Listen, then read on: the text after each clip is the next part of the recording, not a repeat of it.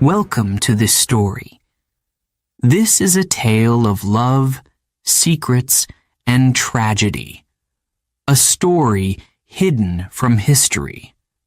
A romance that was never meant to be. You will step into the world of Eva Braun, a woman who waited, loved, and sacrificed everything for Adolf Hitler. You will hear about their first meeting, their hidden relationship, and the years she spent in the shadows. You will feel her loneliness, her devotion, her hope, and her pain. As the war rages, the walls close in. The world is falling apart, but Eva refuses to leave. She chooses to stay, to love, to follow him to the very end. In this story, you will hear moments of happiness, whispers of doubt, and the final hours inside the bunker. You will feel the tension, the fear, the silence before the end. Are you ready? Listen carefully. Follow the words. Let yourself be drawn into the past. This is not just history. This is a love story like no other. Chapter 1. The First Glance. Munich, 1929. The air smelled of ink and cigarettes. The sound of a camera clicking filled the small photography studio. People moved quickly, arranging lights, adjusting equipment. But Eva Braun stood still. Her hands, usually busy with papers and photographs, rested at her sides. Her breath caught in her throat. He was there, in the doorway. Adolf Hitler. She knew his name, everyone did, but names were different from reality. The man in the newspapers looked cold, serious. The man standing before her was something else. His uniform was pressed, neat. His brown coat hung just right on his shoulders.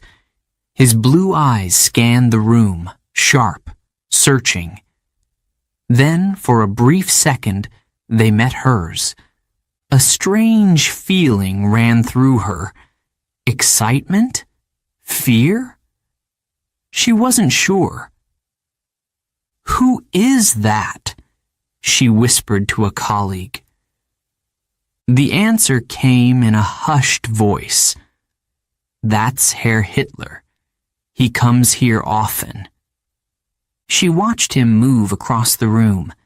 He spoke with the studio owner, Herr Hoffmann, laughing about something she couldn't hear.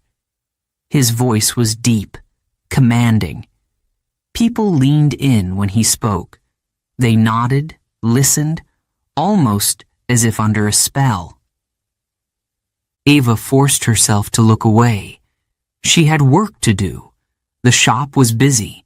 Customers needed help, but her hands trembled as she reached for a stack of photographs. Her heart pounded, fast and uneven. She told herself it was nothing. Just curiosity. Just nerves. But deep inside, she knew. Something had changed. Hours passed, but the memory of his eyes stayed with her. That night, as she lay in bed, she thought of him again, of his voice, his presence. She closed her eyes, but she saw his face. She told herself it was silly. He was an important man, a leader. He had no reason to notice her. And yet. The next morning, she arrived at work early. The air smelled of coffee and ink. The dark room was already in use. Sunlight streamed through the front windows. The bell above the door chimed as customers entered, their voices mixing with the usual sounds of the studio. Ava went about her tasks, organizing photos, stacking papers, greeting visitors. But part of her was waiting. Would he come again? Days passed, then weeks. The memory of him faded, but never completely. She told herself it had been a brief moment, a passing interest, nothing more. Then, one afternoon, the bell above the door rang again. She turned. There he was. Her breath caught. This time, he wasn't alone. He was surrounded by men, all dressed in brown uniforms. Their boots clacked against the wooden floor as they entered. The air in the studio seemed to change. People moved aside, made space. He was speaking, discussing something with Herr Hoffmann. Ava tried not to stare. She focused on her work, flipping through photographs, adjusting frames. But then, "Fräulein," a voice called. She looked up. It was him. Her heart raced. He was watching her now, really watching. A slight smile on his lips. "You work here?" he asked. She nodded, suddenly unsure of her voice.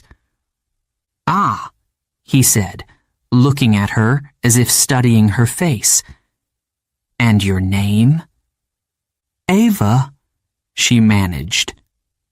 "Ava," he repeated slowly, as if testing the sound. Then he turned back to Herr Hoffmann, continuing their conversation.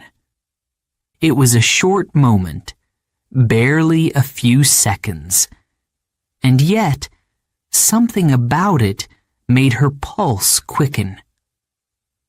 After he left, she sat down, feeling dizzy. She had spoken to him. He had looked at her, not just as a passing face in a crowd, not just as a shop girl. He had noticed her. That night, she couldn't sleep. She thought about his voice, his presence. She told herself it was foolish, that he was too important, too distant. But deep down, she felt something else. A spark. A beginning.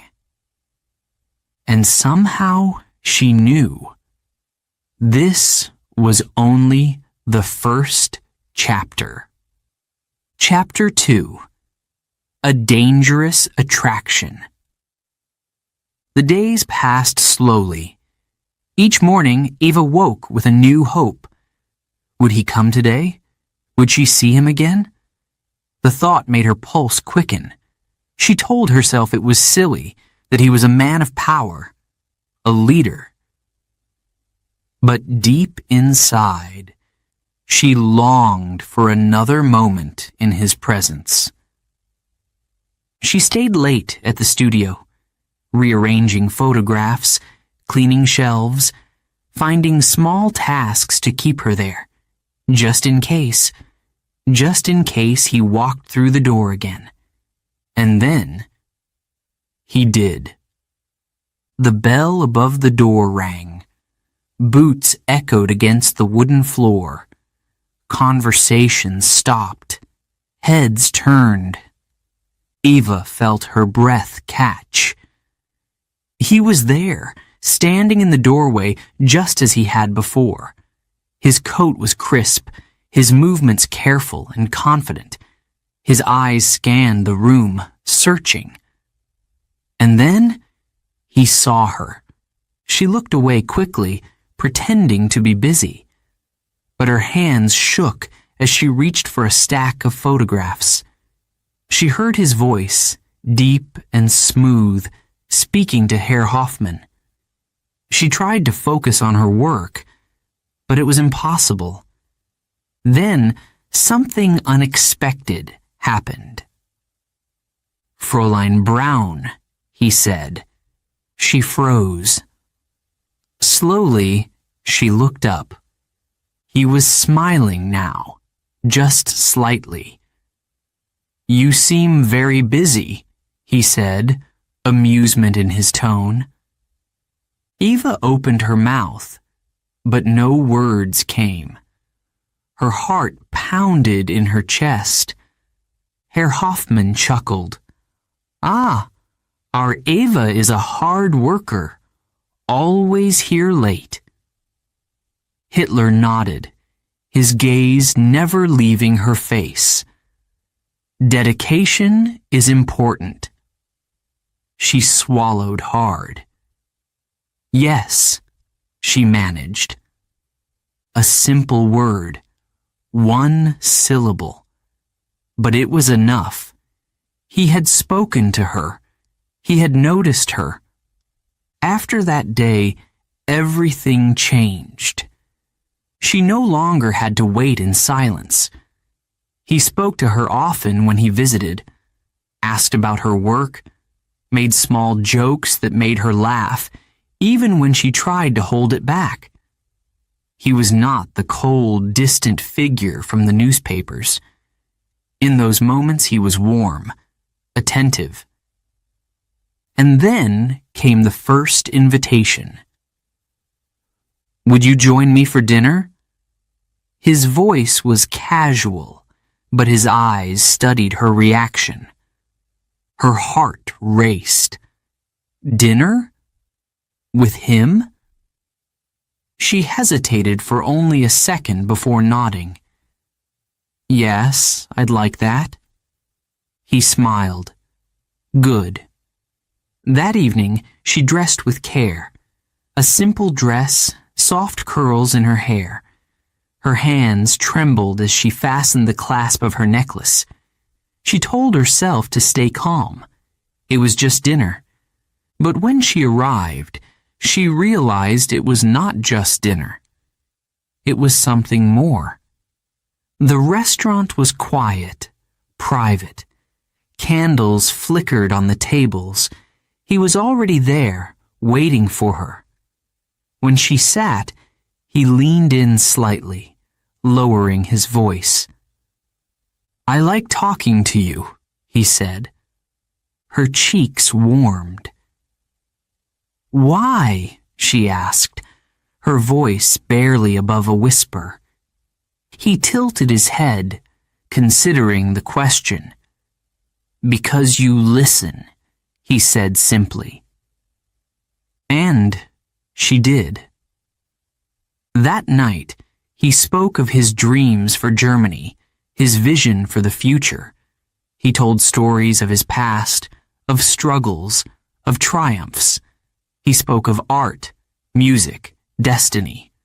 Eva listened, enchanted. She had read about him. She had heard the speeches.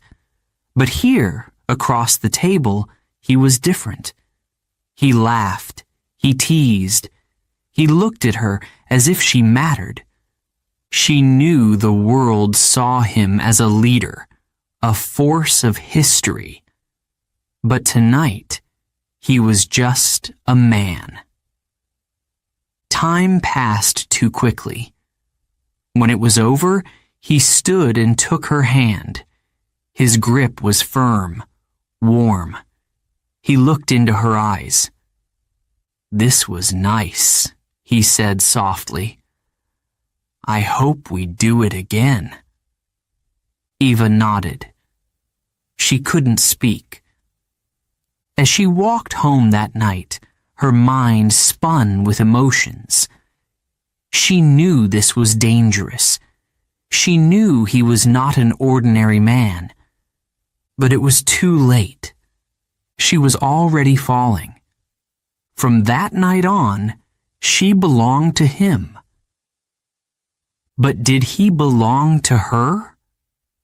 That was the question that haunted her. Chapter 3. The Woman in the Shadows. The days blurred into nights. Time passed, but little changed. Eva watched, waited, hoped. She was always waiting, waiting for him to arrive, waiting for him to call, waiting for any sign that she was more than a shadow in his life. When he was with her, she felt alive. His presence filled the room, his voice commanding, his laughter rare but thrilling. He spoke of politics, of war, of destiny. He rarely spoke of love, but she did not need words, or so she told herself. His glances, his occasional touches, the way he let her stay near, these were enough. Weren't they? And yet, doubt crept in, whispering at the edges of her mind. She was never at his side in public, never by his arm at events. He stood alone before crowds, before cameras, before history itself. She stood behind, always hidden. At first, she accepted it. He was important, powerful. He had responsibilities beyond her. But as the years passed, the loneliness grew. She watched as others took their places beside the men they loved.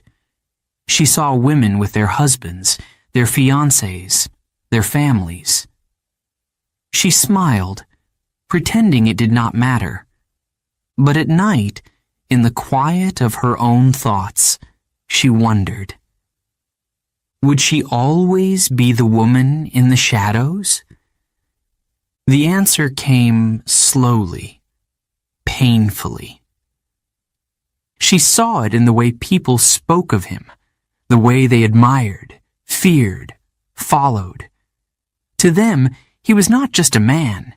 He was more, an idea, a leader, something untouchable. There was no room for love in a life like his. Not the kind she wanted, but she could not leave. She tried once, wrote a letter, packed her things, told herself it was over.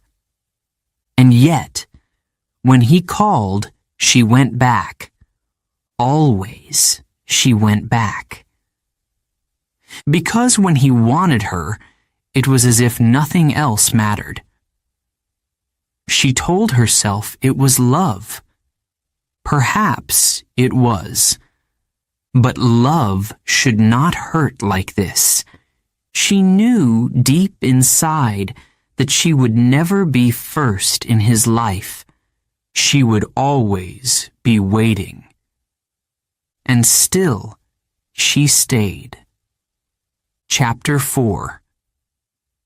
The Lonely Devotion. The pain had no voice. It lived inside her, hidden beneath careful smiles and quiet obedience.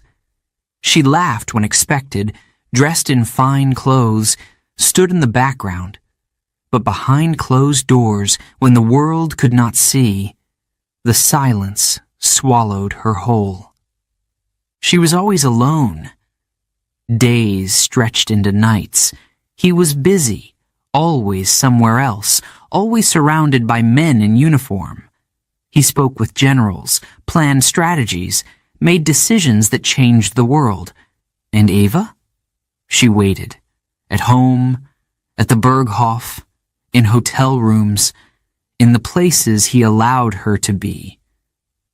She watched him from afar, proud yet aching. He gave speeches to thousands, his voice commanding, his hands moving with power.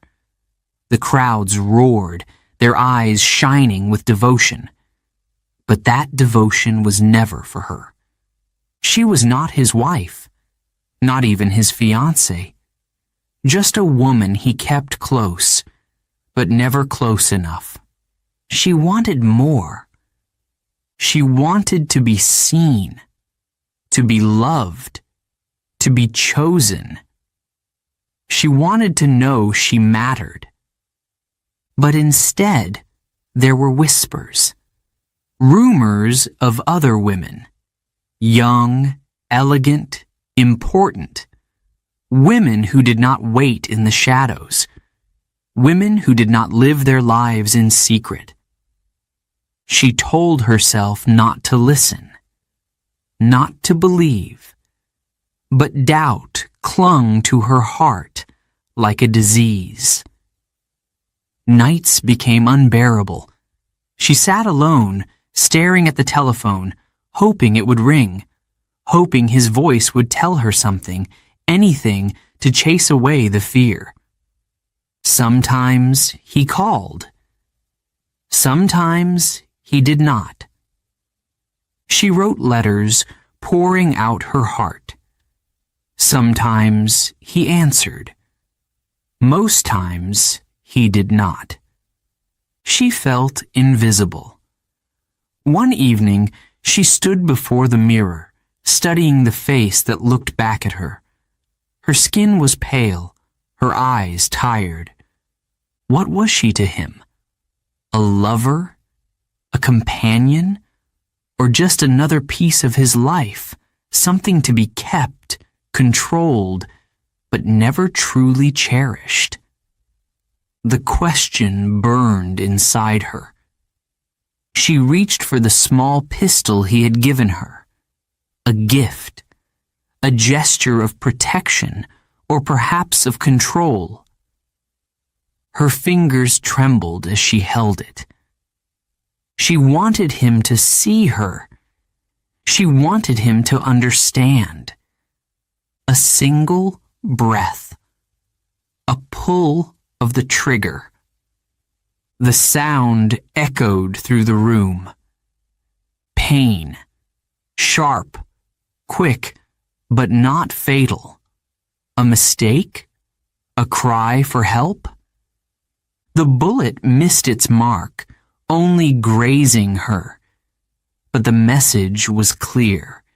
She had given everything. And still, it was not enough. The news reached him quickly. He was furious, not afraid for her life, not heartbroken by her pain. Furious. How could she be so foolish?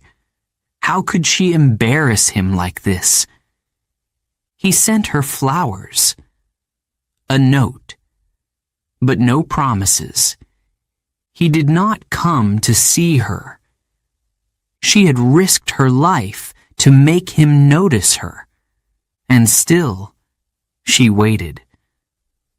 Because despite everything, she loved him.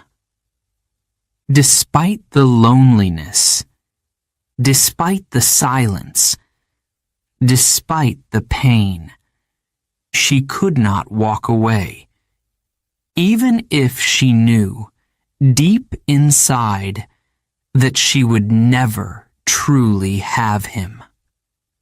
Chapter 5. The Berghof. Their secret world. The drive to the mountains always felt like an escape. The air grew cooler, the roads quieter. As the car climbed higher, the noise of the world faded. The worries, the whispers, the loneliness, they all seemed smaller here. The Berghof stood on the hillside, grand and silent. Wide windows opened to breathtaking views of the Alps. The green valleys stretched below. The peaks stood like watchful giants. It was a place of beauty, untouched by war, a world apart. Here, she was not just waiting for him. She was with him. She walked the gardens in the morning, feeling the grass under her feet. The sun warmed her skin. The scent of pine and fresh earth filled the air. In the afternoons, she joined him on the terrace, sitting for hours, listening as he spoke. He talked about politics, about history, about the future. She smiled, nodding in all the right places. She laughed when he expected her to. She listened, always listened. The days passed in an easy rhythm, long breakfasts, coffee served on fine porcelain, newspapers spread across the table. Sometimes he showed her a photograph or pointed out a passage from a book. These were the moments she cherished, small glimpses of a life that felt almost normal. The evenings were the best. Music played softly from the radio. Friends and officers gathered around, sharing stories, drinking wine. He was more relaxed here, less distant. Sometimes he let her take his arm. Sometimes he even danced with her. She lived for those moments. She captured them with her camera. The mountains in the background, the sun casting golden light. He did not mind being photographed here. At the Berghof, he was in control. In those photographs, they almost looked like a couple. A real couple. But the illusion never lasted. There were meetings, long discussions behind closed doors. Telegrams arrived, urgent and secret. Generals came and went, their faces serious. The war was always there. She tried to ignore it, tried to pretend it did not matter. But even at the Berghof, she could feel it creeping in, tightening around them. He changed. His mind was elsewhere, his temper shorter. He stayed up late, pacing, talking to himself. Sometimes he barely noticed her at all. She asked him once if he was tired. He waved her away. There was no room for weakness, no room for distractions. She was a distraction. Still, she stayed.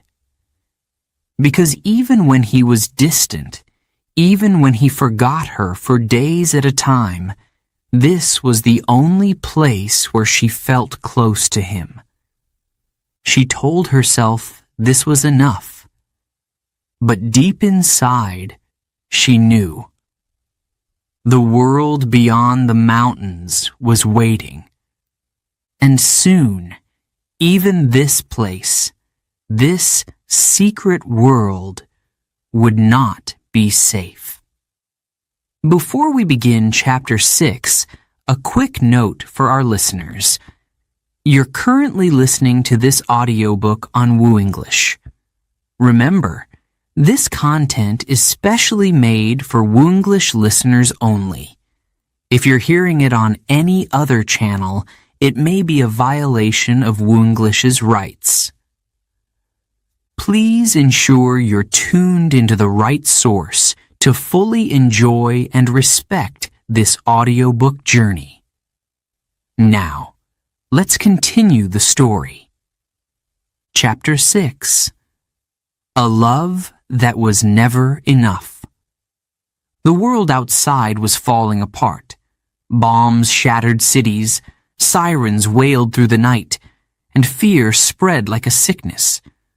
But none of it changed the way she felt. She stayed. She could have left. Others did. Friends disappeared. Officers vanished. Women packed their bags and ran to safer places. But she could not, would not without him. People whispered about her, called her naive, foolish. A woman wasting her life for a man who would never truly be hers. But what did they know of love? She had spent years waiting for him, standing in the background, learning to be patient. She had accepted the secrecy, the silence, the loneliness. She had smiled through the rumors, the betrayals, the nights spent alone. This was no different. She told herself that love was not measured in words, that it did not need promises, that his actions, keeping her close, letting her stay, meant more than anything he could say. But sometimes, in the quiet moments, doubt crept in. She watched him grow colder, more distant. His eyes, once sharp and full of fire, now burned with exhaustion. His shoulders hunched under the weight of failure. The war had turned against him, and he knew it. She saw it in the way he spoke, in the way he moved. The anger, the frustration, the paranoia. He lashed out at those around him, trusted no one. She wanted to help, wanted to take his hand, tell him he was not alone. But he would not let her. He never had. Still, she stayed. She told herself it was enough to be near him, even when he barely looked at her, even when days passed without a single touch, a single glance. She clung to the moments when he did notice, the rare smiles, the brief conversations, the nights when he allowed her to sit beside him. She convinced herself that this, too, was love. But in the deepest part of her heart, she knew. She would never be his wife. Never be the woman he chose above all else. He had already made his choice. His bride was Germany. And now, as the war crumbled, as the walls closed in, she realized something else. Germany had betrayed him, and she was all he had left. She would not leave him, not now, not ever. Chapter 7. The Bunker. Their final hours. The walls shook with distant explosions. Dust fell from the ceiling. The air was damp, thick with smoke and sweat. In the narrow hallways, officers whispered, their voices low and urgent. The world outside was ending. But in the bunker, time moved slowly. She did not care about the war anymore. The maps, the reports, the panicked footsteps rushing back and forth. None of it mattered. Not to her, because after all these years, she had finally heard the words she had longed for. We should be married. Her heart had raced. She had searched his face for doubt, for hesitation. There was none. His voice was steady, his decision final. The world had taken everything from him. His armies were broken, his empire gone. But in this last moment, he had given her something, a place beside him, a name that could not be erased. She felt no fear, only a strange, quiet happiness. The wedding was nothing like the ones she had imagined as a girl. No flowers, no church bells, no grand white dress, only the dim glow of candlelight, the distant echoes of war, and a few solemn witnesses. She signed her name with steady hands, Ava Braun. And then, for the first time, she became something else, Ava Hitler. She wanted to laugh, to cry, to hold on to this feeling, but there was no time. The walls trembled again. The war crept closer. The men around them spoke of defeat, of betrayal, of the end. But she did not listen. For one night, she was a bride. One last toast. Glasses clinked in the dimly lit room. She looked at him, memorizing his face, His hair had grayed, his eyes dark and hollow. The weight of the world hung on his shoulders. Still, she smiled. She asked for music. Someone found an old record. A melody filled the bunker, soft and distant, a ghost of another time. She held out her hand. He hesitated. Then, slowly, he took it. One last dance. The steps were slow, unsteady. There was no rhythm, no grace. But she did not care. For a few minutes, they were alone in the world. Her head rested against his shoulder. His hand pressed lightly against her back. The war, the fear, the darkness, they disappeared. She closed her eyes, holding on to the moment. She had waited 16 years for this. Now, it was over. When the music stopped, he pulled away. He looked at her, his face unreadable. "It's time," he said. She nodded. She had known this was coming. There was no future beyond this bunker, no tomorrow. But she was not afraid. She had made her choice. She would follow him. Always. Chapter 8. The Wedding and the End. The bunker was silent. The air was heavy, thick with smoke and despair. Outside, the city burned.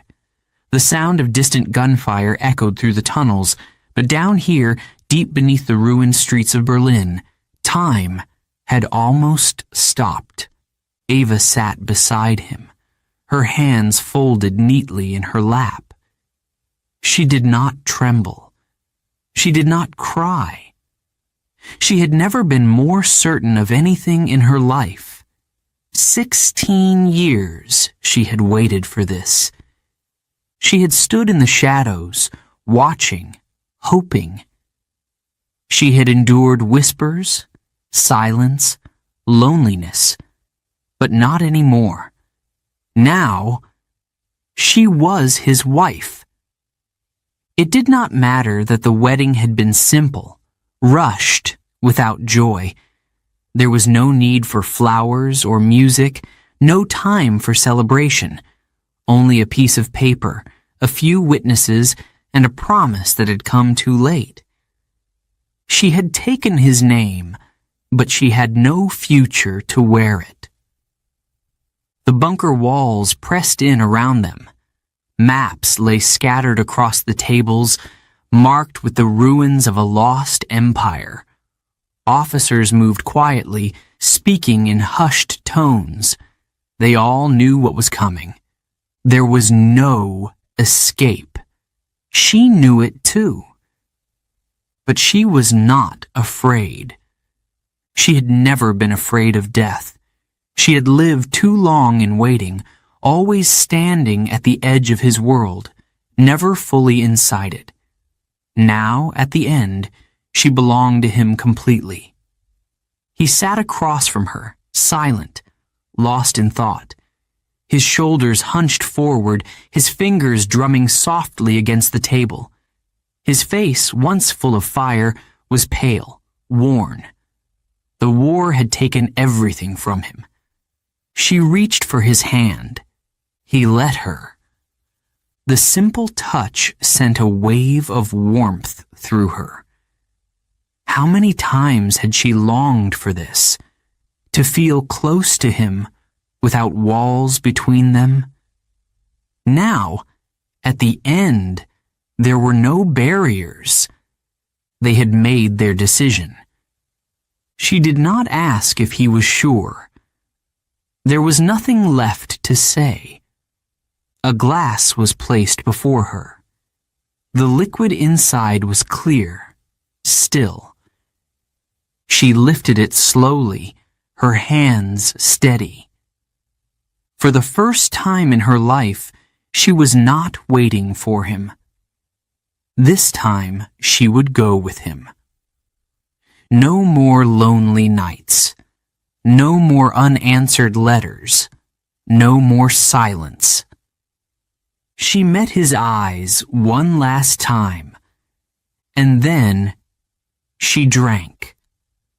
The poison burned. A final breath. The world faded, and at last the waiting was over.